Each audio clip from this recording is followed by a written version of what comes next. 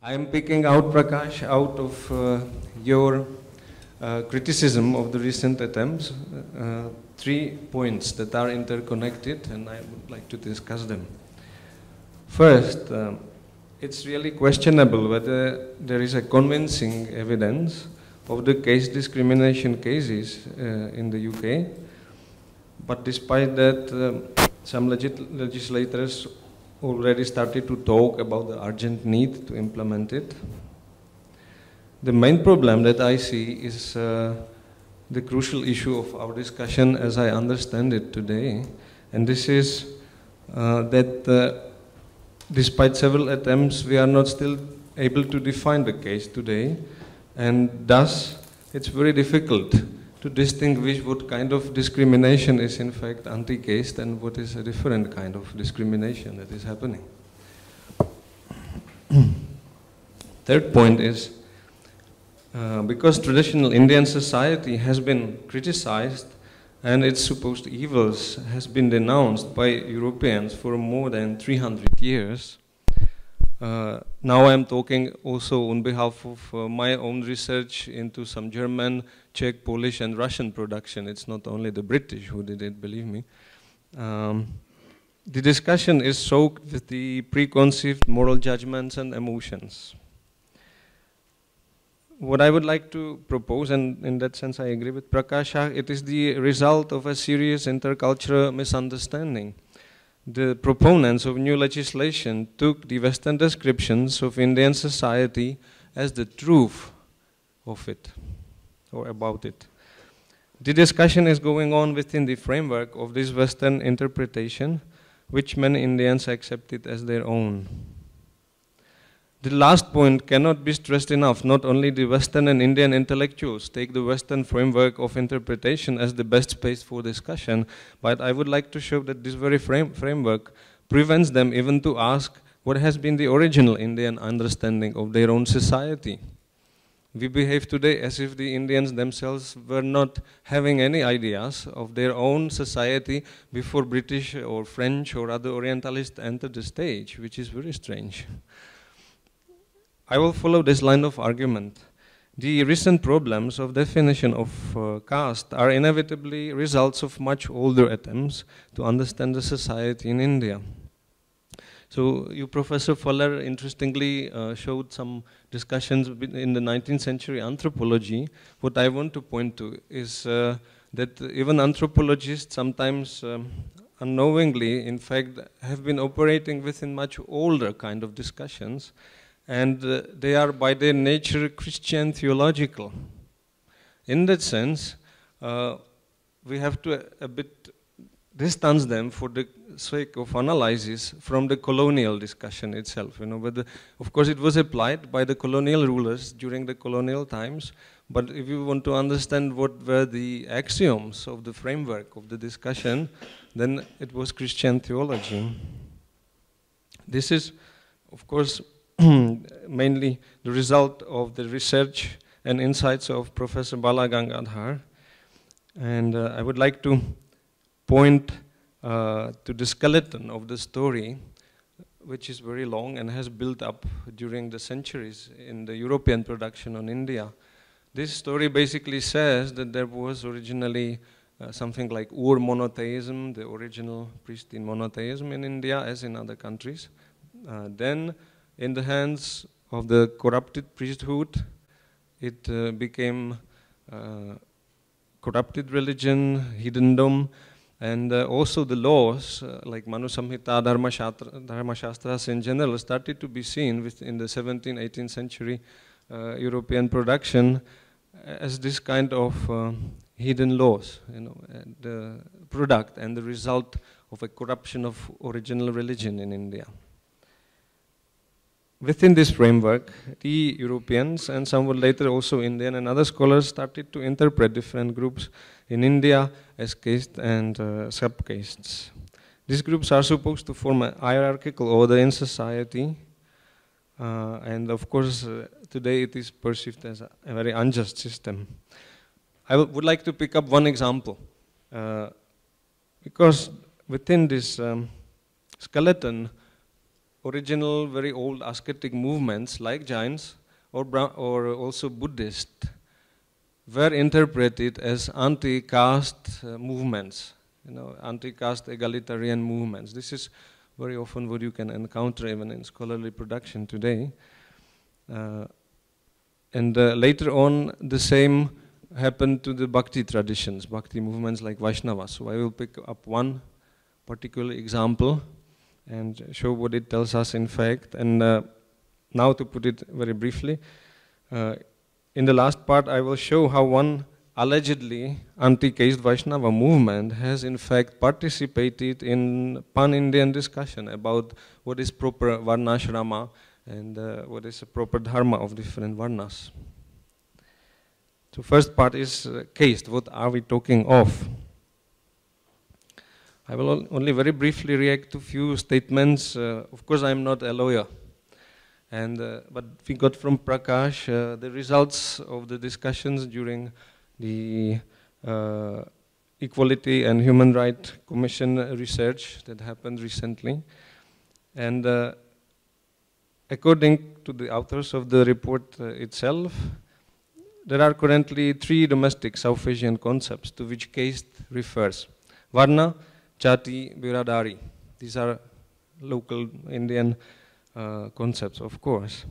And after several areas of implication have been discussed, we learned that caste was defined as a subset of race, but also that this definition is not satisfactory. And now I quote from the report: currently there is no consensus on how a definition of caste should be formulated.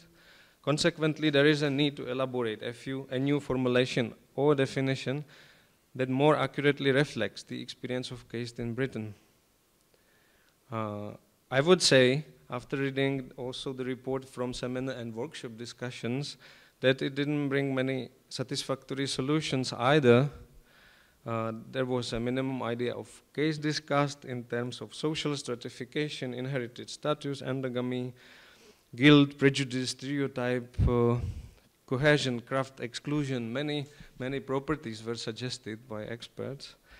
But given the fact that the material was supposed to help lawyers to formulate clear and unambiguous criteria, I was very surprised to find the preliminary conclusions saying overall there appeared to be a consensus that an elastic definition that addresses caste without offending any religious group was the best.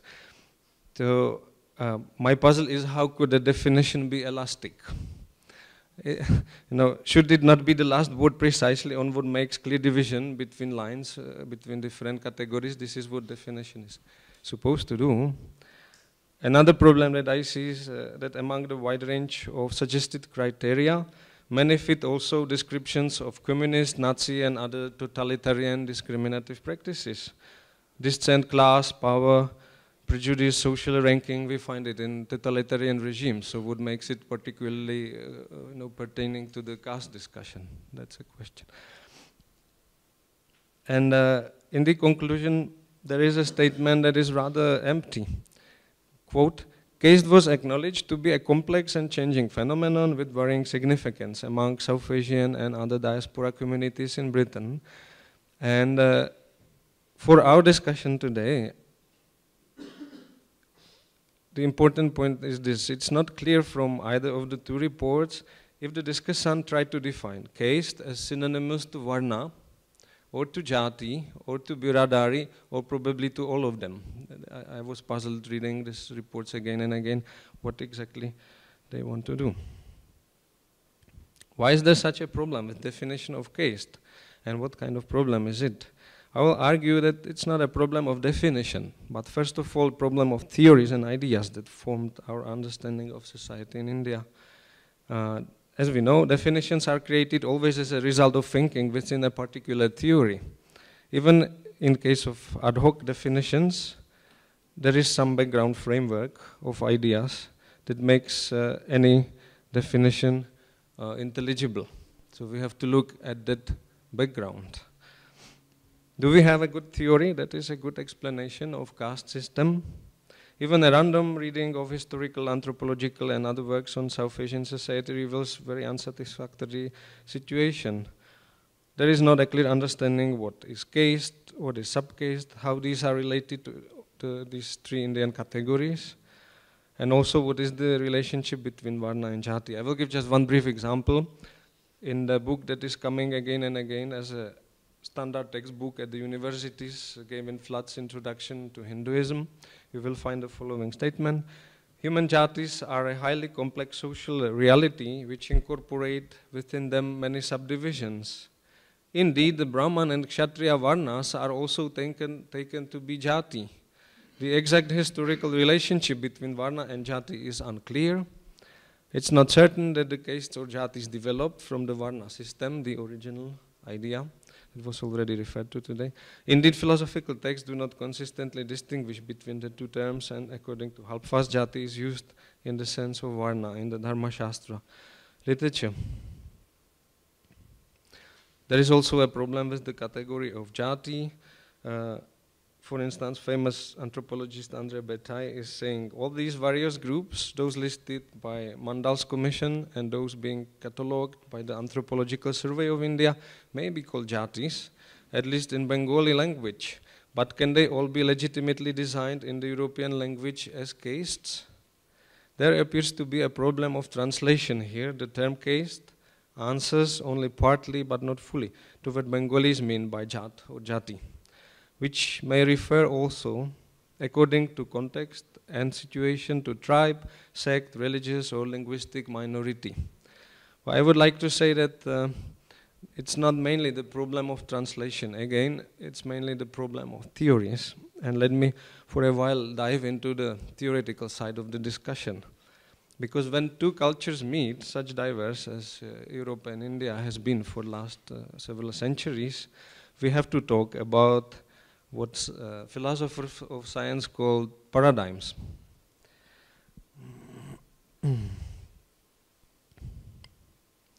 So there are three important things to note from that very general discussion. Then I would like to link it to our particular case. Thanks to people like Popper, Kuhn and Lakatos, we can look at the development of scientific knowledge, any scientific knowledge, as a process where not only theories but also the whole research programs or paradigms compete. And another important point is about the relationship between theories and observations.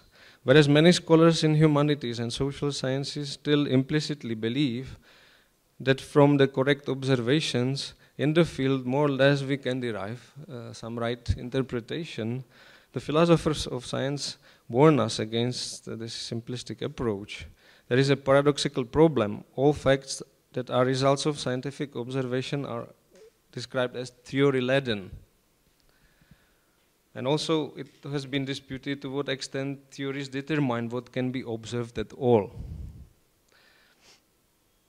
So how does it help to our discussion about caste system? I suggest that we start with understanding of different paradigms that have competed in the European attempts to understand society in India.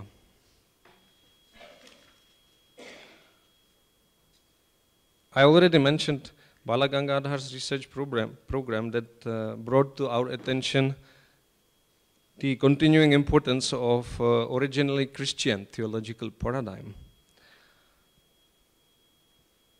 Several authors already showed how celebrated Orientalists such as William Jones took over all theological questions. For instance, when Jones translated Manu Samhita, he considered it to be the oldest document of the hidden law. Remember that in his eyes, the hidden law meant corrupt version of the originally pure laws passed to humankind since the time of Adam or Noah. Such religious explanations played crucial role in determination of questions and also range of possible answers to them. And although it seems that Orientalists during the 19th century have cut themselves off the theological roots, we can convincingly show how many themes continue still in the discussion today.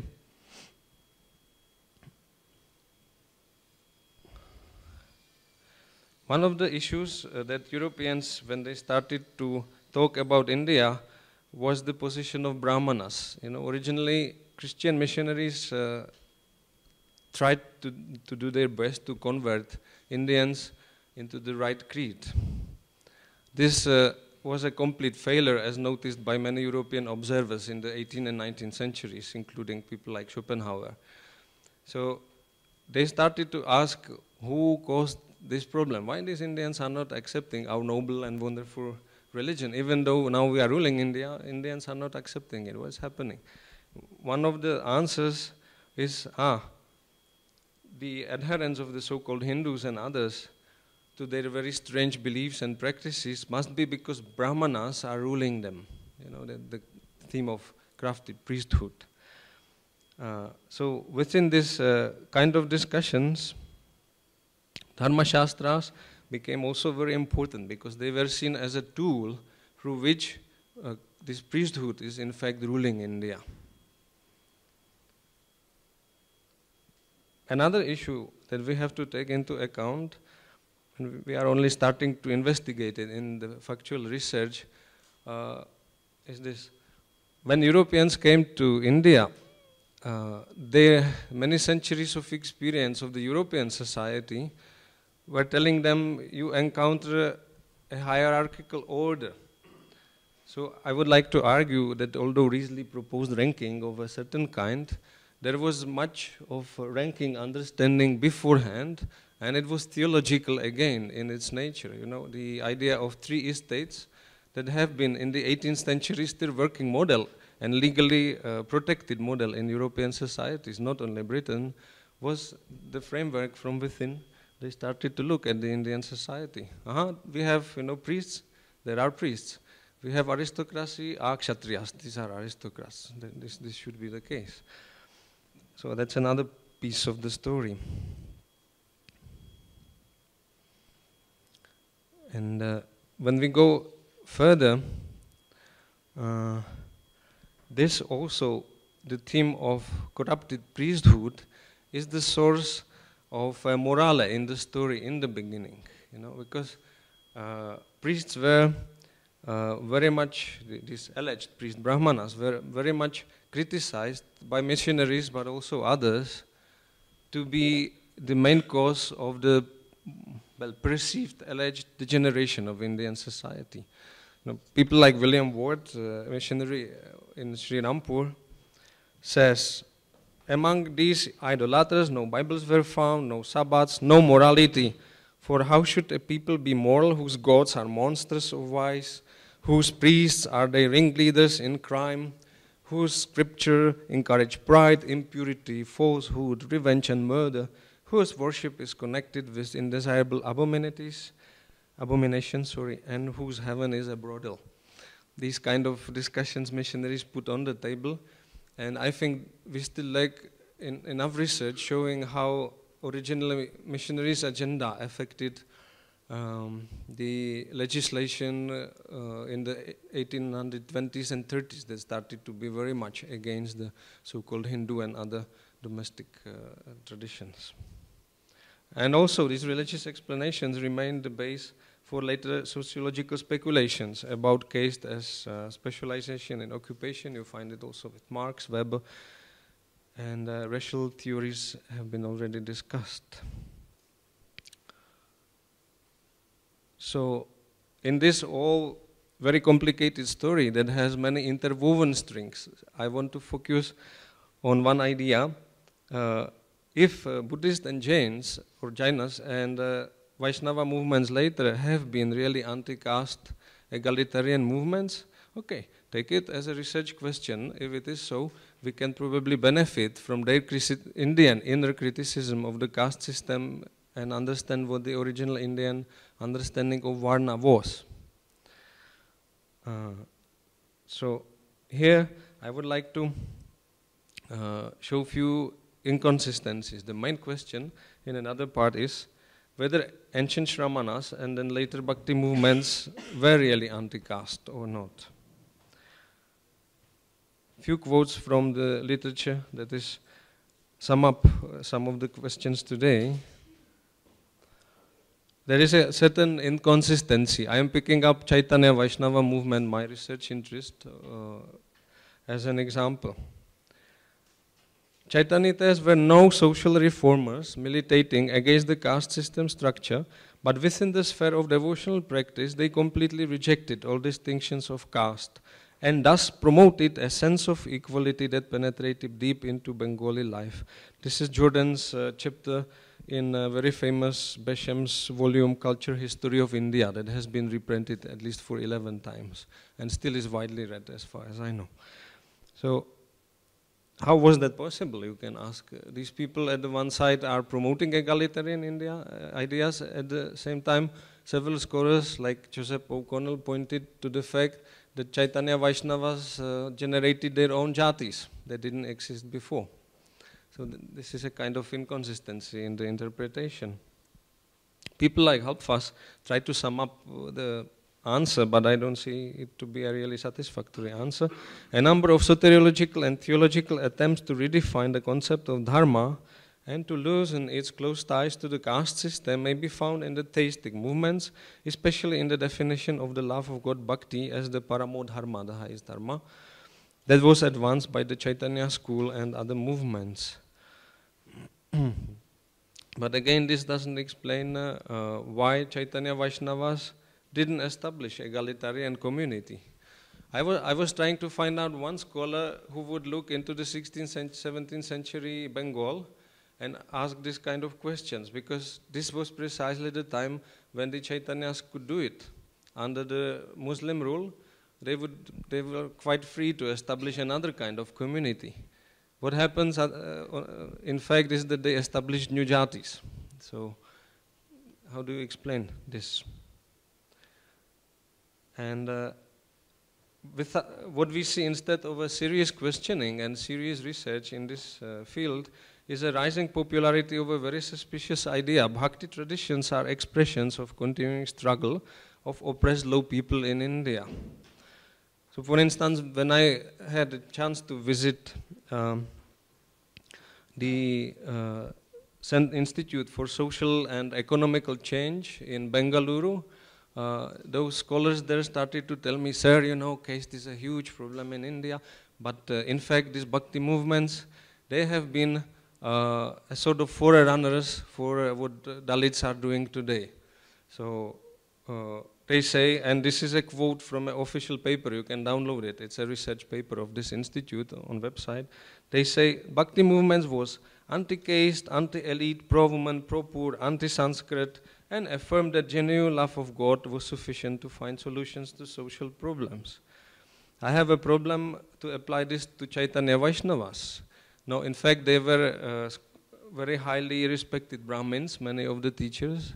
They were well learned in Sanskrit. Look at the Goswamis of Vrindavan. They were recognized as one of the best Sanskrit philosophers across India of the 16th century.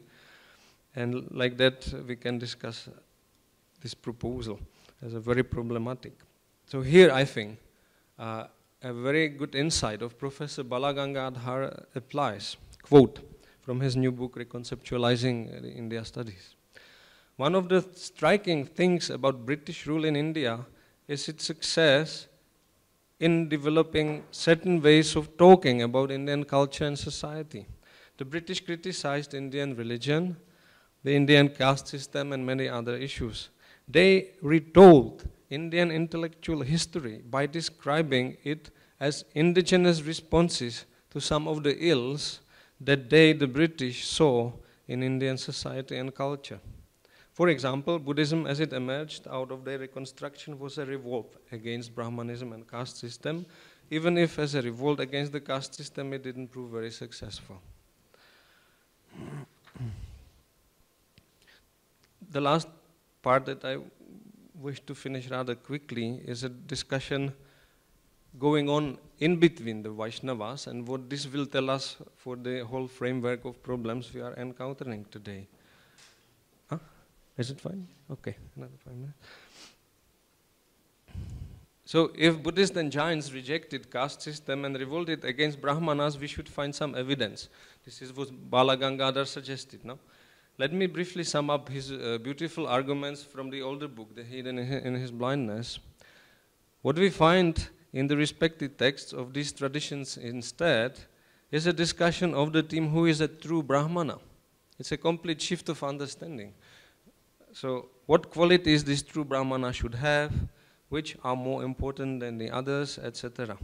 There is a story where Buddha explains how the four varnas emerged according to the dharma, properly according to the dharma. Similarly, we found a list of qualities that make somebody into a true Brahmana in Uttaradhyayana Sutra of the Jains. So this model is of ascetic and later on bhakti movements is having a problem. Would we like to keep the interpretation of ascetic revolt against the caste system? It would come out as the same nonsense as the following claim. Now I'm trying to sum up very briefly what Professor Balaganga says. Marx rejected the bourgeois society and revolted against capitalism by saying that it is not true capitalist society. So it has the same logic, you know. So I also suggest to consider factual evidence. As we know today, through thanks to some researchers, there have been Buddhist and Jaina Brahmanas. So the story must also explain, by the way, how these originally anti-caste or anti-Brahmana movements produced very early in their development their own Brahmanas.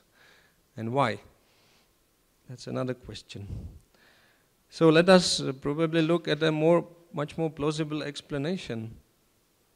What if these ascetic movements, and later on this is what I suggest also Chaitanya Vaishnavas, participated in the pan-Indian discussion on the question who is a true Brahmana, who qualifies, or who is a true Kshatriya, and you can go on.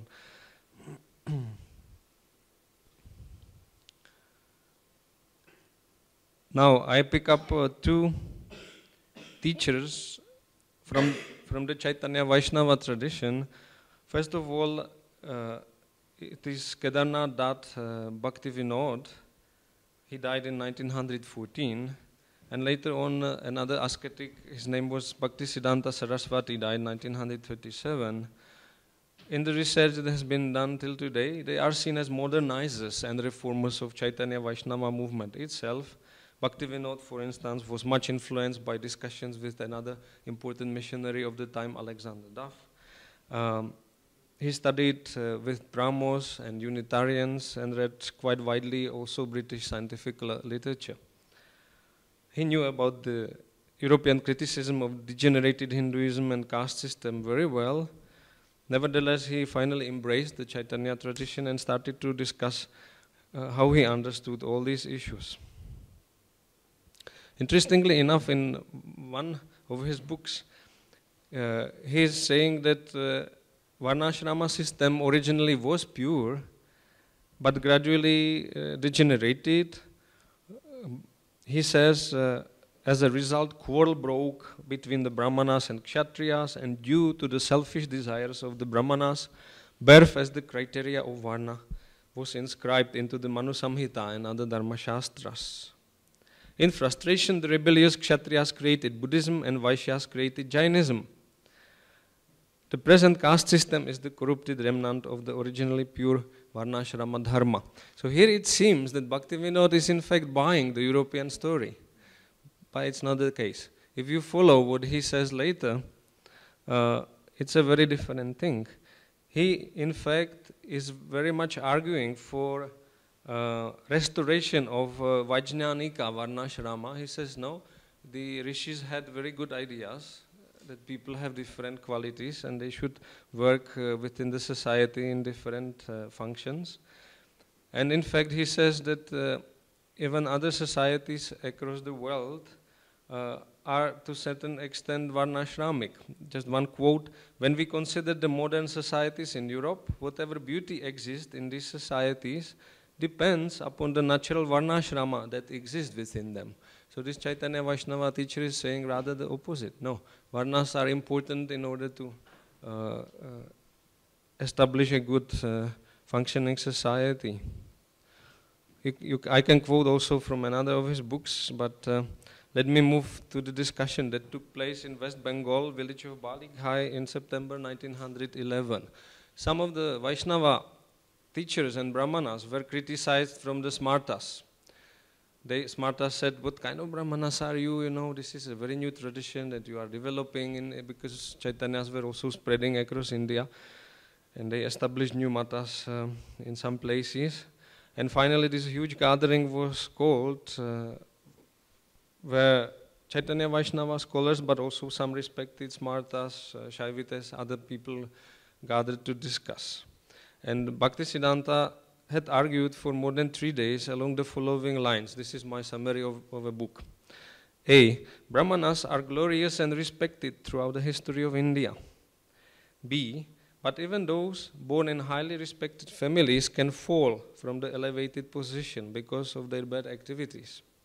C. Thus they should be considered only relatives of Brahmanas, Brahma Bandhus, the Sanskrit thing. D. All Varnas are in a certain sense Brahmanas because they all come from Brahma. E. Many respected texts starting with Upanishads, going through Mahabharata to Pancharata and other stories, other books, tell stories about people born to a particular Varna who became recognized as members of another Varna. Some of the heroes became Brahmanas, etc.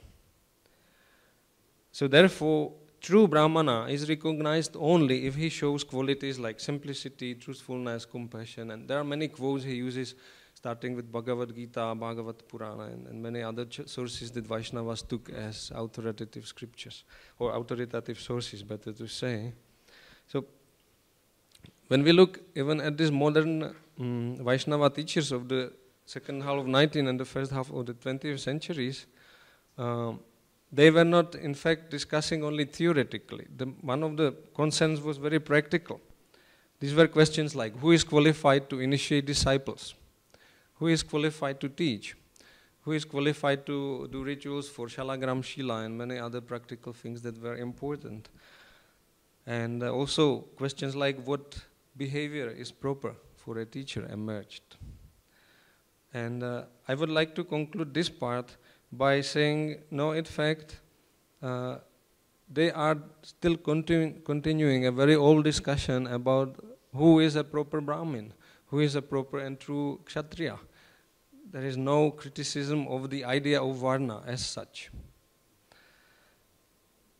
So, at the end, I have just few preliminary conclusions and some suggestions how to proceed in the discussion.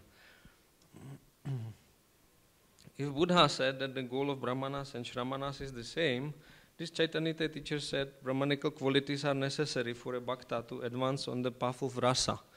This kind of discussion is showing that when we want to draw these Indian discussions into our Western framework of understanding, we are committing a serious category mistake. They are not discussing Varna at all in the terms of a social division as such. And there are two important Sanskrit terms, domestic terms, adhikara and svabhava, that is reappearing, resurfacing again and again through the centuries.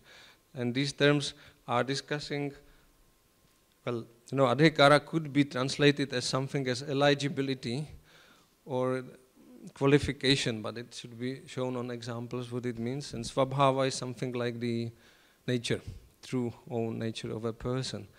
And these two terms were a criteria for discussing the membership of Varna. Jati was also discussed, but more or less you find out that these people are again and again saying, see, Jati is fine, you can be a noble from a noble family, but if you behave improperly, you lose all the qualities of a Brahmana. And then it seems that we need a new kind of research today if we really want to take the traditional Indian understanding seriously. This kind of research will discuss what was the domestic understanding of Varna and also Jati. How do the Indians, or how did they really decide about the status of different people?